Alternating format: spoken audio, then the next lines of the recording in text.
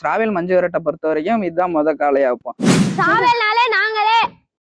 வணக்கம், நான் சேதுபதி.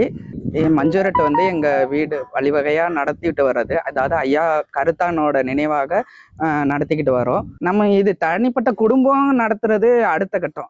ஊர் இல்லாம நம்ம எதுவுமே பண்ண முடியாது. ஊர் அனைத்து மக்களும் வந்து ரொம்ப ஒத்துழைப்பு தருவாங்க. இப்போ வந்து எங்க அப்பாவோட ஜென்ரேஷன் வந்து 7th ஜென்ரேஷன். எங்க அப்பா வந்து கண்டினியூட்டியா அவங்களோட வழிவகையா நடத்திட்டு வராங்க.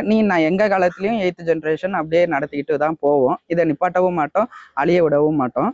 பிரிட்டிஷ் காலத்துல வந்து இப்போ எப்படி சட்டத்திட்டங்கள்ல இருக்கோ அந்த மாதிரி அப்பவும் சட்டத்திட்டங்கள் இருக்கு.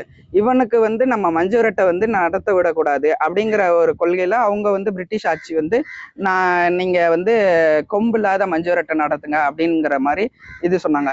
அவங்க நினைச்சது மாட்டு கொம்பு அப்படின்னு சொல்லி மென்ஷன் பண்ணி சொல்லியிருக்காங்க. ஆனா மாட்டு கொம்புன்னு எங்கேயும் மென்ஷன் பண்ணல. நம்ம தாத்தாங்க வந்து எப்பயும் போல மஞ்சு விரட்டு நடத்துறதுக்கு போயிட்டாங்க. அவங்க அதிகாரிகளும் வந்துட்டாங்க. அதிகாரி வரும்போது என்ன கொம்பு இல்லாத மஞ்சு விரட்டு தானே நடத்த சொன்னேன், இப்போ என்ன எல்லா மாட்டுக்கும் கொம்பு இருக்கு அப்படின்னு கேட்டேன். ஐயா நீங்க நல்லா நீங்க கொடுத்த படிவத்தை பாருங்க, மாட்டு கொம்புன்னு எங்கேயும் மென்ஷன் பண்ணல. நாங்க கொம்புன்னு மென்ஷன் பண்றது இந்த ஊதுற தாரத்தப்பட்டியோட சேர்ந்து ஊதி இது வர்றதுதான் கொம்புன்னு சொல்லுவோம். இதுக்கு நாங்க கொம்புன்னு சொல்ல மாட்டோம்.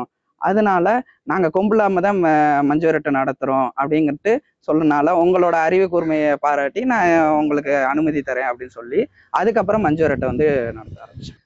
எங்க சித்தி அம்மா இவங்க தான் புடிச்சு கட்டுவாங்க மஞ்சட்டுக்கு போயிட்டு வந்து கூட. அதனால மாடுல வந்து மஞ்சட்டுல இருக்கிற வரைக்கும் தான் அந்த ஆக்ரோஷம், அந்த ஒரு வேகம். இது ஃபுல்லா வீட்டுக்கு வந்துட்டா அது பச்சை ஃபுல்லா புகழ் பெற்ற பெரிய மஞ்சளே நாங்க எல்லாரும் வாங்க நம்ம